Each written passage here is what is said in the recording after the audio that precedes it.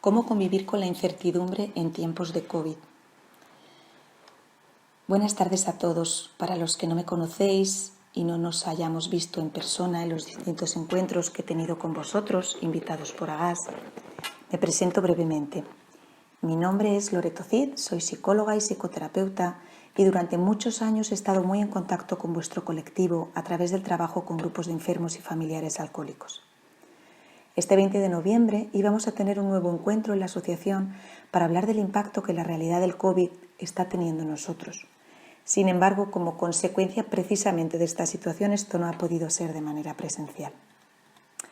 Pero como el ser humano procura no darse tan fácilmente por vencido, hemos encontrado esta alternativa, un audio para que todos dispongáis de él y lo podáis escuchar cuando encontréis el momento y el sosiego para hacerlo, porque este espacio de reflexión os pertenece a vosotros y a todas las personas que quieran dedicar un tiempo a parar y reflexionar sobre esta cuestión. Hoy vamos a ponernos en contacto, como os decía antes, con los efectos que esta pandemia está teniendo en nosotros y sobre todo vamos a reflexionar sobre las medidas que podemos tomar ante esta situación tan incierta e inquietante. Porque el ser humano, cuando siente que no puede hacer nada, todavía puede hacer algo muy valioso. Puede cuidarse. Lo primero de todo es tomar contacto con el contexto actual. ¿Qué está pasando ahí fuera? La realidad es que estamos viviendo un tiempo marcado fundamentalmente por la incertidumbre y el miedo. Un miedo e incertidumbre que se ha presentado con diferentes formas y todos, de alguna manera, hemos conectado con alguna de estas caras del miedo. ¿Cuáles están siendo estas caras? ¿A qué tenemos miedo? Uno de los miedos con los que hemos entrado en contacto ha sido el miedo a la muerte y a la enfermedad. Seguramente en algún momento todos hemos conectado con mayor o menor intensidad con este miedo a enfermar o incluso morir y con toda la incertidumbre que esto le rodea. ¿Me puedo morir si me contagio? ¿Qué me va a pasar si enfermo? ¿Cómo sé si estoy contagiado? ¿Cuánto duran los síntomas? ¿Qué secuelas dejan? ¿Cómo he de protegerme? ¿Qué medidas hay que tomar? ¿Sirve que haga esto o mejor hay que hacer esto otro? Estamos ante una combinación fácil para llenarnos de miedo. Por un lado, la incertidumbre de una enfermedad nueva y por ello desconocida, y por otro, el bombardeo constante de información indiscriminada y muchas veces contradictoria que hace que sintamos todavía con más temor y desconfianza las medidas que debemos tomar al respecto. La comunidad científica y médica está trabajando incansablemente. Lo novedoso es que sus investigaciones están siendo compartidas a tiempo real, con lo que todos estamos siendo partícipes de sus aciertos y desaciertos, no de las certezas que nos llegan después de meses o años de investigación. Ahora la ciencia no parece tan fiable, porque estamos siendo testigos del proceso ensayo-error que toda investigación atraviesa. Esto implica que estamos ante un podría ser, ante un quizás, en vez de ante la seguridad de un resultado ampliamente contrastado. Si a esto le añadimos el abuso que hacen los medios de comunicación de noticias alarmistas con el fin de mantenernos consumiendo pantallas, el miedo se multiplica. Entonces es fácil que por momentos sienta mucha angustia y solo vea el peligro de la enfermedad en todas partes. Quizás esta sensación de peligro me lleve a aislarme o tal vez me coloque en un estado de alarma constante. Quizás entre en negación y minimice los riesgos, o puede que pase por todas estas reacciones a lo largo de la semana o incluso del día. Cualquiera de estas respuestas son en sí mismas intentos de combatir el miedo. Cuando funcionamos movidos por el miedo, el desequilibrio interno está servido. Cuando todo lo que me rodea se vuelve amenazante y peligroso, el ser humano se desajusta. Bajo el miedo dejamos de buscar en nosotros las medidas que nos ayuden a sentirnos seguros y a encontrar coherencia en nuestros actos. Cuando nos desenjustamos, la enfermedad se abre camino.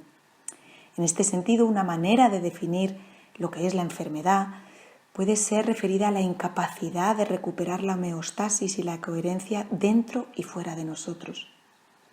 Y ahora la verdad es que fuera de nosotros los tiempos no acompañan a la coherencia. Otra de las caras del miedo tiene que ver con el miedo a lo que va a suceder. La incertidumbre está siendo sin duda la estrella invitada. Las medidas que se están tomando desde fuera para combatir esta situación son cambiantes, a veces incluso cambian en el transcurso del día. No sabemos si nuestro barrio amanecerá confinado, si puedo estar con 10 o 6 personas, si las mascarillas o el gel han venido para quedarse. No sabemos si podremos pasar la Navidad con la familia, viajar a otras provincias. Todo está en el aire. Y este no se sabe está siendo un compañero de viaje incómodo. Si el mundo se presenta cambiante e incierto, el miedo se dispara. Bajo el reinado de la incertidumbre, las personas no podemos pensar, no podemos aprender, no podemos trabajar, no podemos cuidar, no podemos cuidarnos. Bajo la incertidumbre solo tenemos energía para buscar y buscar respuestas, porque el no saber es insoportable. Es fácil que entremos entonces en estados compulsivos de búsqueda de información. Puede que pongamos todo el rato las noticias o no dejemos de mirar el móvil en busca de control. Bajo este estado de incertidumbre buscaré certezas fuera de casa y buscaré el control fuera de mi zona de control. Y con la mirada puesta fuera, crecerá en mí la sensación de vivir a la suerte de un destino que nadie conoce. Esta será una sensación muy venenosa que nos va a desordenar, nos volverá temerosos e inestables. Cuando las personas nos desordenamos y nos volvemos inestables, entramos en una zona importante de riesgo psíquico. La posibilidad de enfermar es alta, al igual que también es alta la posibilidad de buscar anestésicos que nos desconecten, medicamentos, drogas, alcohol. Además, el miedo también está siendo alimentado por el propio ambiente que estamos viviendo.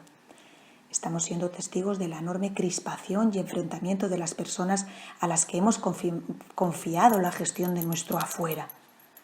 Vemos cómo surge la desconfianza en todas las direcciones, la sensación de que no hay unidad y consenso en algo tan importante y crucial como es nuestra salud y bienestar. Nos rodea el enfrentamiento, la desunión, la crispación. El mundo afuera no solo es incierto, sino que cuesta confiar en que hay alguien ahí velando por nosotros en vez de estar en la guerra política. El miedo porque no haya nadie cuidando de nosotros, del que nos podamos fiar, nos vuelve profundamente suspicaces. La crispación es una enfermedad contagiosa. Me atrevería a decir que más contagiosa que el propio COVID. La posibilidad de que nos ataquemos los unos a los otros, de que nos señalemos con el dedo y busquemos culpables, puede consumir nuestro día y nuestra salud. Es fácil ir por la calle con una actitud de defensa, mirando si todo el que se cruza conmigo lleva la mascarilla. Nos hemos vuelto enemigos de nosotros. Nos hemos vuelto enemigos entre nosotros. Estamos también ante un contexto dominado por los medios de comunicación. La guerra mediática está servida y nosotros somos su producto. Mantenernos conectados es su objetivo y como el consumo de miedo es adictivo, la redacción de noticias en términos inquietantes y alarmistas les garantiza más y más consumo por nuestra parte.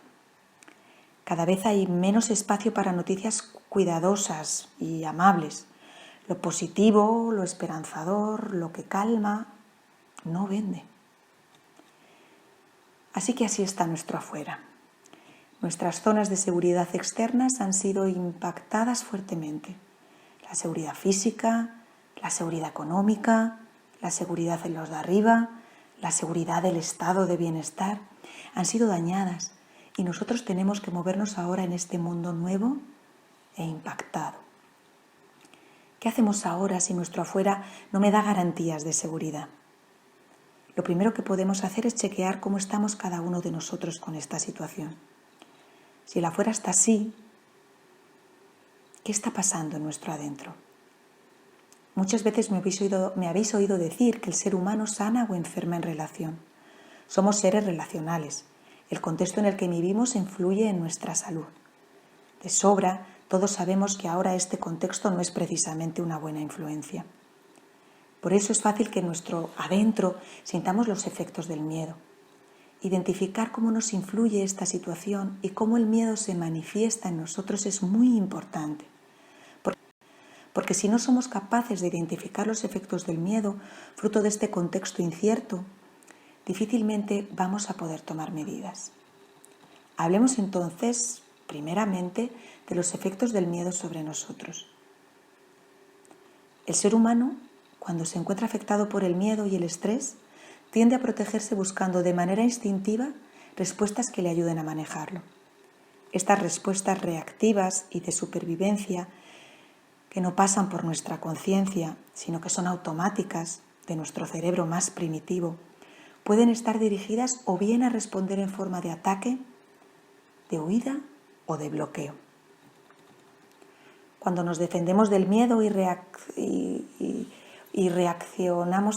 cuando nos defendemos del miedo, podemos reaccionar en modo ataque. Cuando lo hagamos de esta manera, notaremos un estado constante de alerta, irritabilidad y crispación. Es fácil que en este estado todo nos resulte motivo de enfado. Estaremos a la defensiva, tensos, en modo pelea, en modo ataque, en constante en guardia. Cuando todo es motivo de bronca, cuando todo me enfada y me crispa, debo preguntarme, ¿qué me pasa? Porque detrás de esa agresividad lo que hay es miedo. El ser humano solo ataca si tiene miedo. Esto es algo importante que debemos saber. Si mi estado es todo me crispa, es fácil que me pase horas oyendo tertulias incendiarias, es fácil que si alguien me llama la atención por algo salte a su yugular, es fácil que sienta tensión y agarrotamiento en los músculos y duerma peor, y es fácil que busque modos inmediatos de calmarme como el alcohol, el tabaco, el juego, la comida. Cuando nos defendemos del miedo a través de la huida, trataremos de liberarnos de esta inquietud constante huyendo de mis emociones. Una de estas formas de salir corriendo será la hiperactividad y la dispersión. Me veré empezando muchas cosas y no terminando ninguna. Entraré en zona de desorden, haciendo muchas tareas sin apenas conciencia, porque lo que trataremos es de huir de lo que verdaderamente sentimos: miedo. En el extremo de la respuesta de huida encontraremos la negación. Entraremos en un no está pasando lo que está pasando, no creo en nada de lo que dicen, a mí no me va a suceder nada, todo es mentira. Uno de los momentos evolutivamente hablando en los que más nos invade la vulnerabilidad es la adolescencia. Cuando somos adolescentes, de alguna manera somos conscientes del poco control que tenemos sobre los cambios de nuestro cuerpo, en general del poco control que tenemos sobre todo, ¿no? Nos sentimos grandes y pequeños a la vez. Además, desconocemos cuál será nuestro lugar en el mundo, sentimos la labilidad en nuestra identidad que todavía no está lograda. En este periodo de la vida es fácil entrar en negación, como intento de combatir este estado vulnerable. El adolescente generalmente tiene mucho miedo por dentro.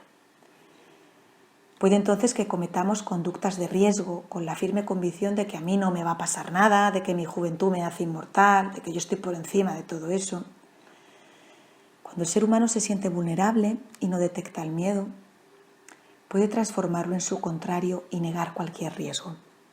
Esto también está pasando ahora en los jóvenes y en algunos adultos también.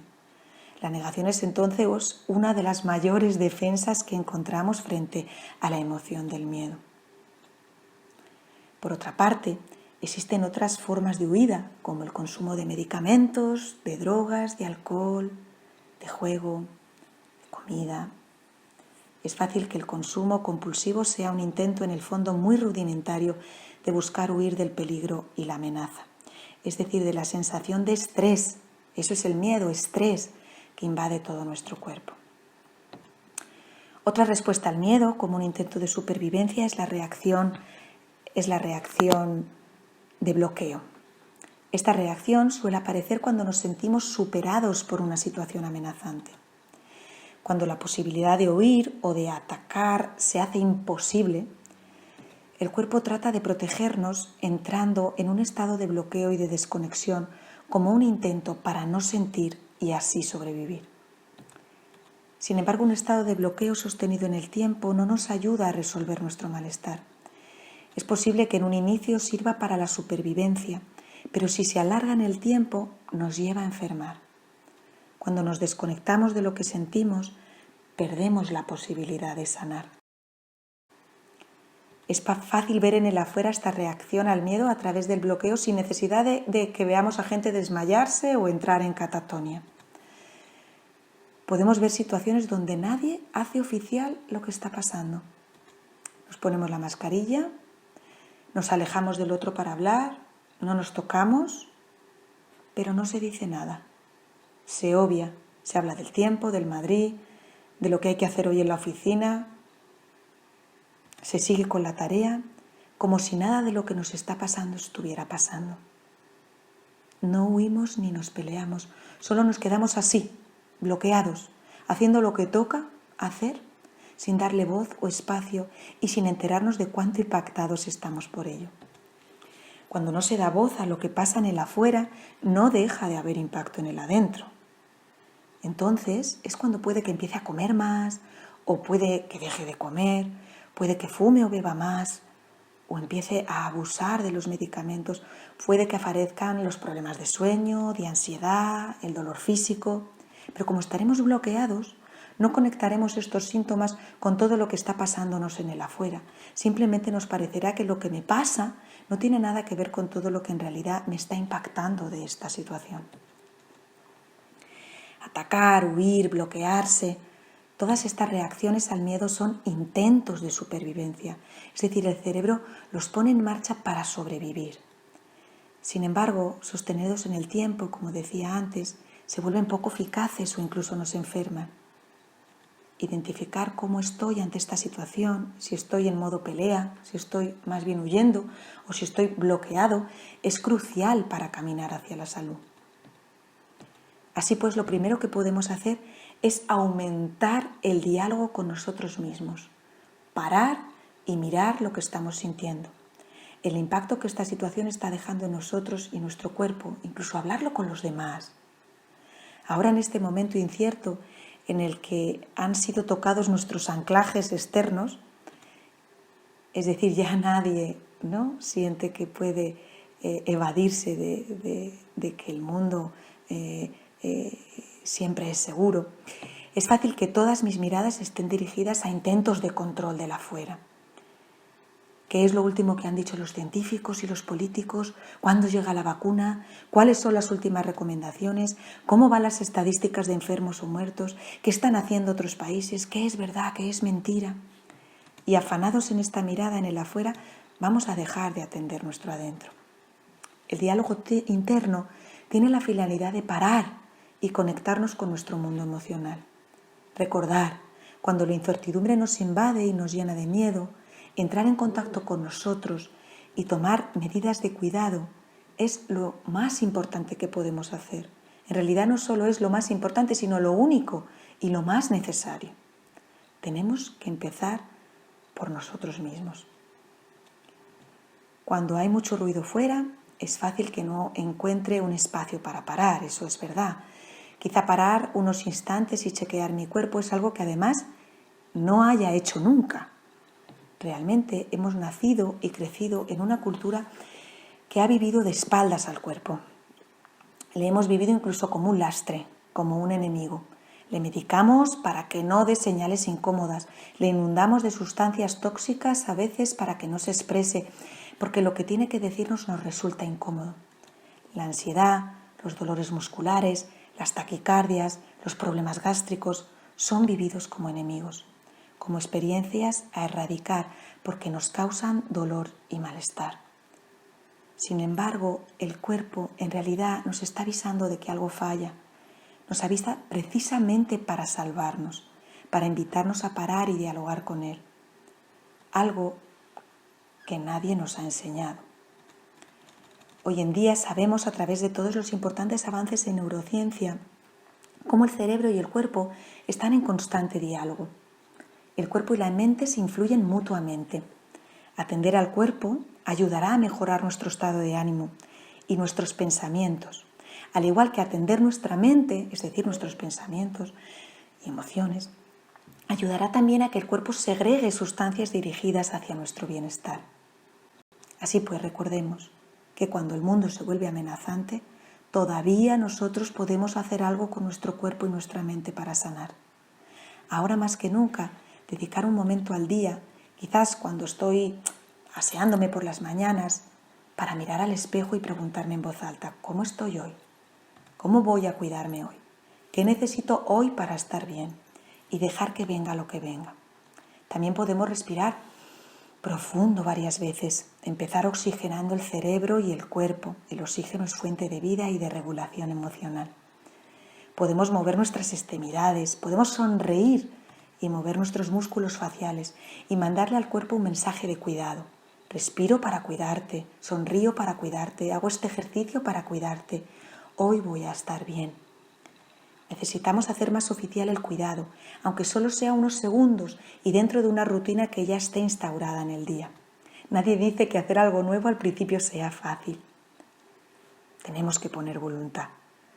Hacer algo por nosotros mismos sin esperar que sea el afuera quien me calme o me cuide es lo más valioso que tenemos a nuestro alcance.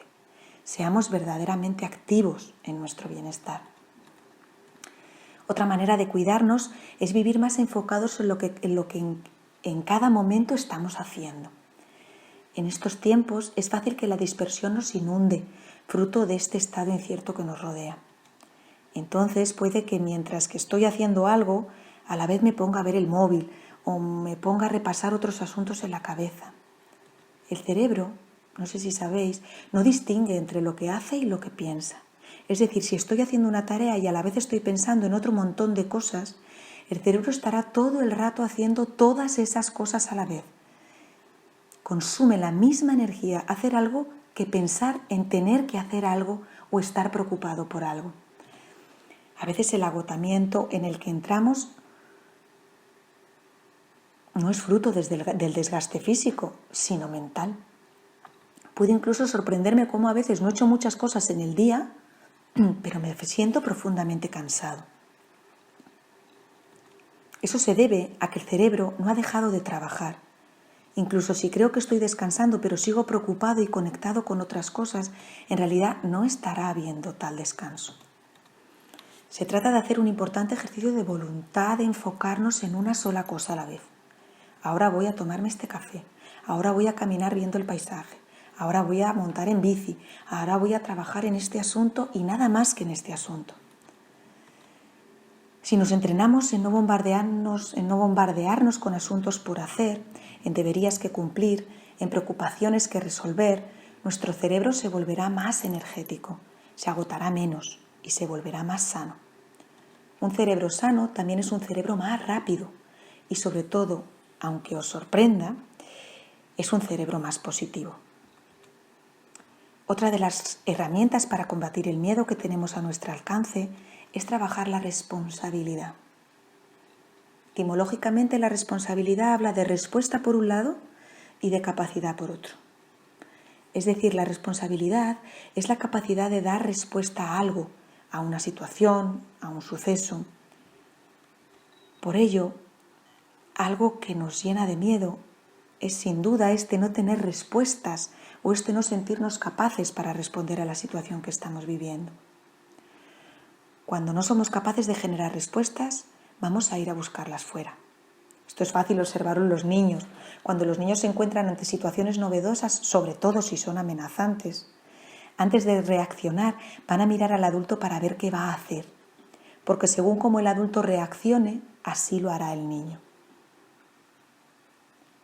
Sin embargo, los adultos muchas veces no tenemos las respuestas y también miramos en el afuera para encontrar a alguien que las tenga, sobre todo en situaciones nuevas o que nos ponen en peligro. Si no sabemos qué hacer, nos miramos los unos a los otros, buscamos a la persona responsable, es decir, a la que presuponemos que tiene la capacidad para dar una respuesta, para ver qué decisión toma y sumarnos a ella. Por ejemplo, si de pronto empieza a haber humo en la sala de cine, nos miraremos los unos a los otros y buscaremos, no sé, al bedel, al que te mira las entradas, qué va a hacer y qué hay que hacer. Le damos a él esa capacidad. Pero ahora, ¿quién tiene las respuestas? ¿De quién me puedo fiar? Nos toca parar y empezar a ejercitar nuestra responsabilidad, es decir, nuestra capacidad de respuesta. Al principio fue tal el impacto que la gran mayoría delegamos en otros esta capacidad. Necesitamos sentir que alguien sabía lo que hacía. Pero ahora nos toca a nosotros. Ya tengo Yo tengo que sentir que ante el COVID yo soy responsable. Es decir, yo puedo ejercitar mi capacidad y responder. Soy responsable de filtrar la información que nos llega. Soy responsable de buscar en foros más elevados respuestas más fiables. Soy responsable de contrastar la información. Soy responsable de poner en cuarentena todas las verdades que nos lanzan, sobre todo las dirigidas a alarmarnos y desestabilizarnos. Soy responsable de elegir cómo me voy a relacionar con esto que está sucediendo. Y soy responsable de tomar medidas coherentes frente al manejo de esta situación, así como de contemplar, valorar y asumir los riesgos. Puede que muchas de estas medidas no hayan sido elegidas, eso es cierto, es decir, se nos han impuesto. Puede que algunas nos parezcan contradictorias o puede que con algunas no estemos de acuerdo o nos generen duda, pero la verdad es que se tratan de medidas obligatorias. Ante esto, ¿cómo ejercemos nuestra responsabilidad? En este sentido, creo que es importante, cuando tenemos cosas obligatorias por las que tenemos que pasar, que sepamos que sí tenemos la libertad y la responsabilidad de elegir cómo vamos a relacionarnos con ellas. Puedo elegir relacionarme con lo obligatorio, haciendo todo el rato una pelea de ello, o puedo elegir relacionarme encontrándole un sentido que me dé calma y serenidad. Puedo darle un significado más solidario, esto lo hago por otros, esto lo hago por los que me rodean, esto es lo que en este momento toca, y puedo tratar también de ejercer mi responsabilidad no solo en cómo voy a relacionarme con ello y con lo obligatorio, sino también en los lugares en donde yo puedo tomar mis propias medidas, como puede ser mi casa o mis lugares burbuja. Es importante que ejercitemos esta capacidad de respuesta y además si además esta respuesta no está en el terreno de la pelea y puedo relacionarme con ella de manera que me haga sentir bien, estaré participando de manera activa en generar bienestar y salud en mi organismo. Esto que venimos diciendo linda con otra capacidad que también es importante que ejercitemos en estos momentos, y es el respeto. El respeto por los procesos del otro, el respeto por el miedo del otro, el respeto por la manera de gestionar del otro, que puede ser distinta a la mía, contraria a la mía, que puede no gustarme. Respetarnos no significa que el otro tenga que hacer lo que yo quiero, como tampoco significa que yo tenga que hacer lo que el otro quiere. Respetarse significa poder dialogar y tomar medidas desde ahí. En realidad implica llegar a consensos, sobre todo si es posible, llegar a acuerdos, implica diálogo, no imposiciones. El respeto se pierde en el momento que dejo de mirar al otro como un sujeto diferente a mí y vivo la diferencia como una amenaza. El respeto habla de poderle contar al otro cómo yo estoy viviendo esta situación, cómo estoy manejando mis miedos, qué medidas me hacen sentir protegido, así como escuchar lo que el otro tenga que decir al respecto de sus propias vivencias. Y este es el diálogo que muchos no están teniendo con las personas que les rodean. De ahí que funcionemos obviando lo sucedido, pero llenos de suspicacia.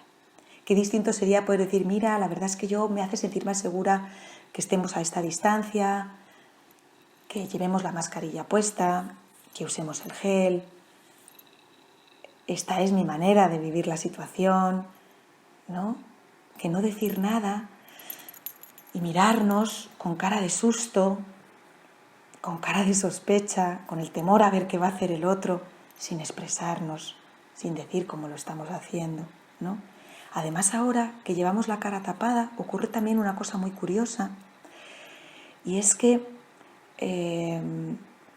es a través de la sonrisa, de los gestos amables que podemos hacer con nuestro rostro, cómo el ser humano se calma, ¿no? Se ha visto cómo estos gestos faciales nos calman, ¿no? Van directos a este nervio vago, el nervio vago, ¿no? Del cuerpo, de nuestras vísceras, ¿no? Y produce una sensación de calma. Ahora que no nos vemos el rostro, qué difícil es podernos calmar los unos a los otros. Hace falta más palabra y decir cómo estamos haciendo las cosas o cómo nos vamos a relacionar, etc.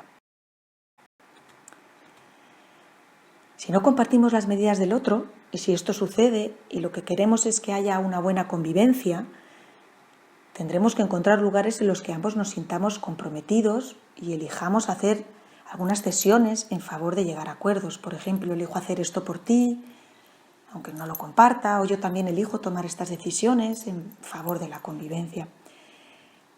Se trata de llegar a un lugar común, a un lugar de encuentro, no de pelea. Practicar el respeto en estos momentos ayudará a que no nos inunde la suspicacia y podamos dejar de vernos los unos a los otros como enemigos potenciales. Así que, como podemos ver, hay muchas cosas que podemos hacer para cuidarnos, a pesar de que el afuera esté como está, de incierto, de cambiante, de crispado. Bien, podemos convertirnos en sujetos que hacen y no en sujetos que padecen. Además, también podemos poner en funcionamiento los procesos de resiliencia que cada ser humano dispone y puede fomentar. La resiliencia, que ya hemos hablado de ella en otras conferencias, tiene que ver con la capacidad humana de sobreponernos, de adaptarnos e incluso, llegado al caso, de superar las adversidades. No implica no sufrimiento, no implica no sufrir, no implica no pasar por el dolor, pero sí puede llevarnos a revertir este tránsito doloroso y desarrollar nuevos aprendizajes, nuevas actitudes, incluso nuevas capacidades que impliquen una transformación saludable en nosotros mismos.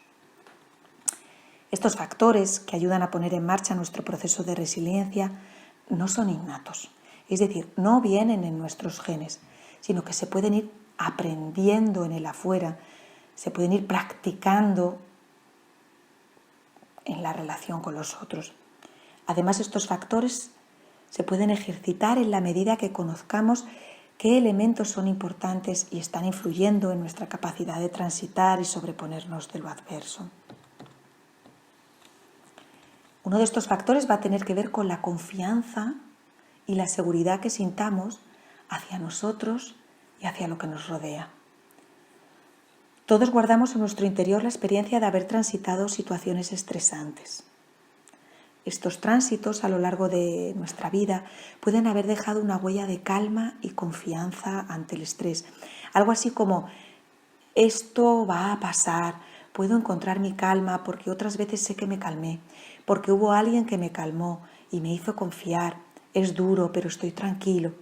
O quizás haya sucedido todo lo contrario y las huellas que hayan quedado frente al estrés, frente al miedo, sean huellas de peligro y desconfianza. Algo así como no hay nadie que me calme, en realidad estoy en medio del peligro, no puedo confiar, esto va a ir a peor, no voy a salir de esto. Si en nuestra infancia tuvimos la suerte de tener figuras que nos supieron calmar, será más fácil que podamos conectar con la experiencia de calma y confianza cuando las adversidades nos acechen de nuevo. Será como tener dentro de nosotros estas figuras que nos supieron calmar.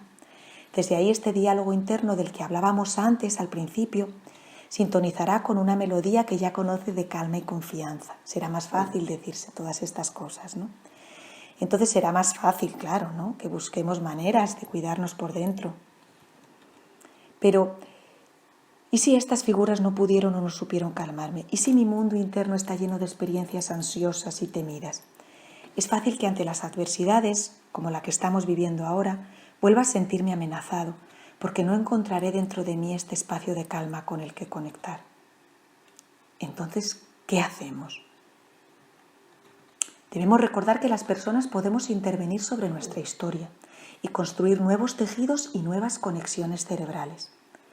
Así pues, si uno de los procesos que pone en marcha la resiliencia es la experiencia de calma y confianza, y si la experiencia de calma y confianza no está dentro de mí, es de vital importancia que la busque fuera, en aquellas personas que yo sienta capaces de sosegarme y calmarme a través de sus miradas, sus palabras. Es importante entonces pedir ayuda, buscar a otros, porque buscar a otros es una de las condiciones vitales para desarrollar también un proceso de resiliencia. Es en sí mismo un factor resiliente. Sobreponerse de las experiencias traumáticas requiere de la valentía de no hacerlo solo, como así hacemos cuando nos juntamos en colectivos, cuando nos asociamos, cuando formamos nuestras asociaciones. Busquemos entonces presencias que nos calmen, rodeémonos de personas que no vivan esta situación con miedo, busquemos gente que nos aporte calma y serenidad, que nos den una visión más esperanzadora. Busquemos ayuda profesional o médica si es necesario. Elijamos a quién le vamos a dar la mano, a quién vamos a dejar que entre en nuestras casas, en nuestros televisores, en nuestros teléfonos. Y digamos no a todo aquello que nos amenace nuestro equilibrio. Sin embargo, este buscar ayuda y compañías que nos calmen puede entrar en contradicción con esta medida que ahora se nos pide y que habla de este reducir nuestro mundo social, nuestro mundo relacional. Está bien que veamos que lo que nos piden no es que dejemos de relacionarnos, sino que construyamos entornos más manejables como intento de control de la propagación del virus. Por lo que cuidarse no debe confundirse con aislarse. De hecho, el aislamiento es un factor muy potente de antirresiliencia. En estado de aislamiento, nuestro organismo enferma y las adversidades nos devoran. Es cierto que es importante reducir nuestros encuentros sociales con fines sanitarios, pero eso no tiene nada que ver con dejar de estar con otros. El ser humano es principalmente un ser social. Necesita el contacto con otros seres humanos y fundamentalmente el contacto de sus seres queridos. Ir en contra de esta necesidad es poner en riesgo nuestra salud. Por eso no debemos olvidar que mantener el contacto con nuestros grupos burbuja de afecto, o como queramos llamarlo, es importante. Vivir aislado nos pone en riesgo y esto vuestro colectivo lo sabe muy bien. Sabemos que cuanto más aislados nos hemos sentido, cuanto más desconectados, más probabilidades de consumo ha habido. Asimismo, también sabemos cómo muchas veces el aislamiento se ha convertido en la puerta para el consumo y también en la puerta para la enfermedad psíquica. Hace poco leí una noticia en mi selección de noticias positivas, en la que decía cómo Bélgica, ante la llegada de un nuevo confinamiento que comenzó el 1 de noviembre, había tomado la siguiente medida para el cuidado de la salud mental. El Ejecutivo belga declaró que todas las personas tenían derecho a tener un Nuffelcontact o compañero de mimos. Es decir, que toda persona tiene el derecho a ser visitada por un compañero, amigo o familiar importante para él, con el fin de no permanecer totalmente aislada. Como consecuencia del primer confinamiento, del que hemos aprendido mucho, hubo muchos problemas de salud mental y un aumento de consumo de medicamentos de ámbito psiquiátrico, así como un aumento del consumo de alcohol asociado a este encierro total. De ello hemos aprendido de la importancia vital y saludable de no quedarnos totalmente aislados. El contacto es importante. Recibir el afecto y la cercanía de nuestros seres queridos es vital para estar sano. Cuidemos entonces todas las medidas que consideremos responsables, pero atendamos esta necesidad de mantenernos en relación. Es a través del poder que tenemos de influirnos los unos a los otros lo que permite que se ponga en marcha el proceso de resiliencia. La fuerza para sobreponernos nace del contacto afectuoso, de la experiencia de calma y de la calidez que podemos darnos entre nosotros. Otra de las condiciones para sobreponernos de las adversidades va a tener que ver con el significado que le demos a lo sucedido. Las experiencias traumáticas, como la que estamos viviendo, tienen siempre un doble impacto. Primero está el impacto de lo sucedido, es decir, el hecho concreto. Hay una pandemia, tenemos que quedarnos en casa, está muriendo gente, hay muchos enfermos, no podemos reunirnos en números superiores a 6 personas, tenemos que llevar mascarillas, usar gel hidroalcohólico, desinfectar el ambiente, guardar la distancia, tocarnos lo menos posible. Y después está el significado que le demos a lo que estamos viviendo, a lo que sucede. Puede entonces que para algunos de nosotros todo esto cobre un significado de horror, de peligro, de alarma, de bronca, de angustia, de ruina. O puede que signifique un acto responsable, solidario, comprometido. Cuando no podemos intervenir en el primer tiempo del trauma, porque lo que sucede, sucede, y esto ha sucedido, tenemos la oportunidad de intervenir sobre el segundo, es decir, sobre el significado del mismo. Si el significado de lo que estamos viviendo es parecido al de una película de terror, y soy consciente que no le faltan ingredientes y que además los medios de comunicación han decidido empeñarse en fomentar solo lo alarmante, todos tenemos las papeletas para ser las víctimas de esta historia y quedar impactados. Nos vamos a convertir entonces en los atrapados, los amenazados por un virus, los perseguidos, los confinados sin permiso, los títeres del sistema, los siguientes en enfermar.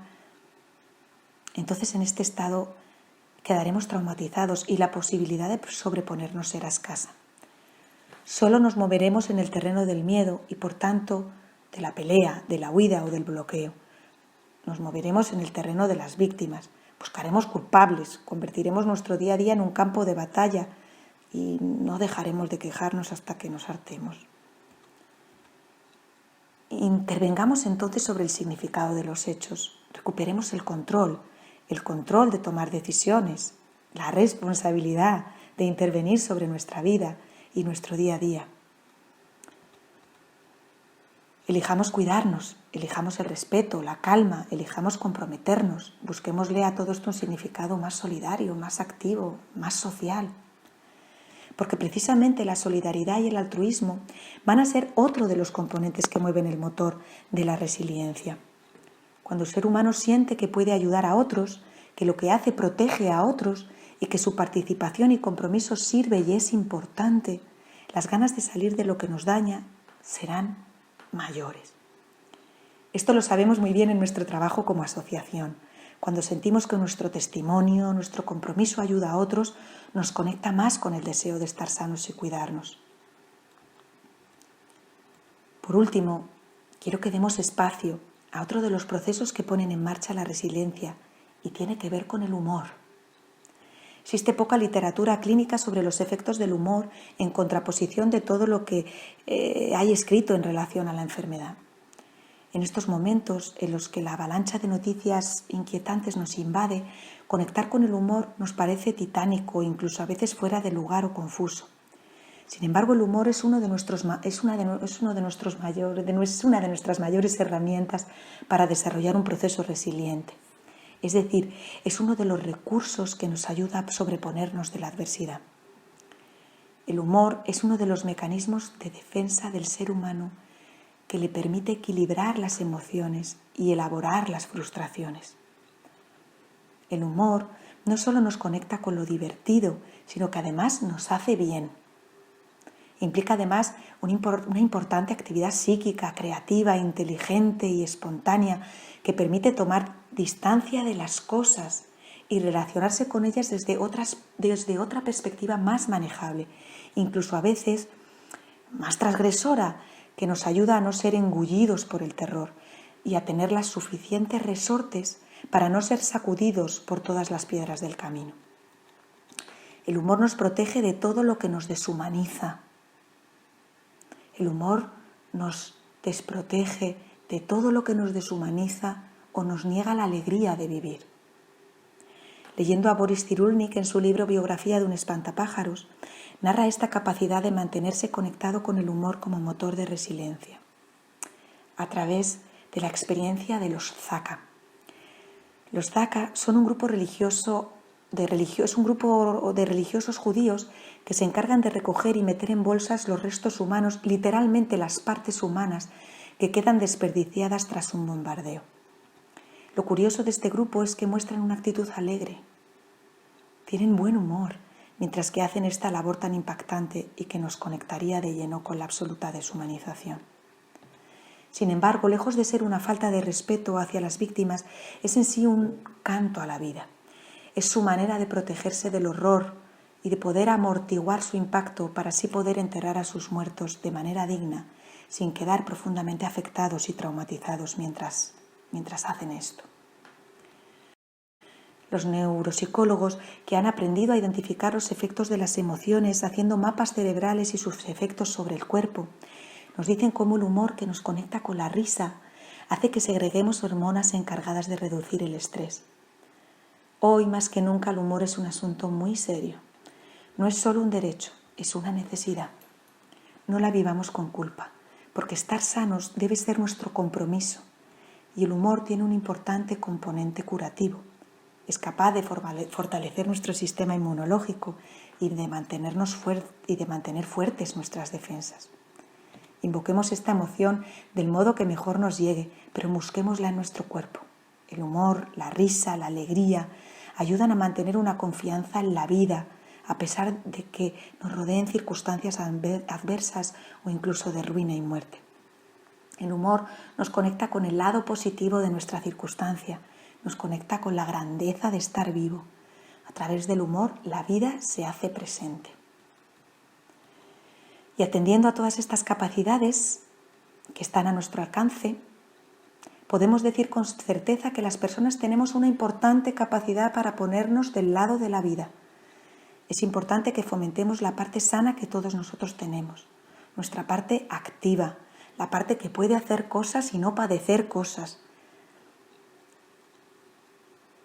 Invoquemos a la creatividad, hagamos todo aquello que nos hace sentir bien, sublimemos nuestro malestar a través del altruismo, del arte, del humor.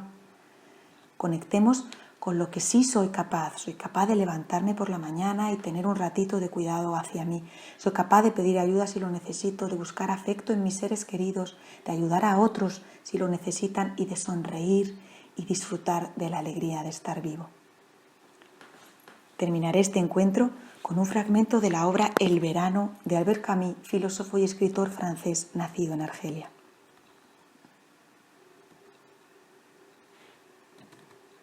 En el medio del odio, me pareció que había dentro de mí un amor invencible. En medio de las lágrimas, me pareció que había dentro de mí una sonrisa invencible. En medio del caos, me pareció que había dentro de mí una calma invencible. Me di cuenta, a pesar de todo, que en medio del invierno había dentro de mí un verano invencible. Y eso me hace feliz, porque no importa lo duro que el mundo empuje en mi contra, dentro de mí hay algo mejor empujando de vuelta. Muchas gracias a todos.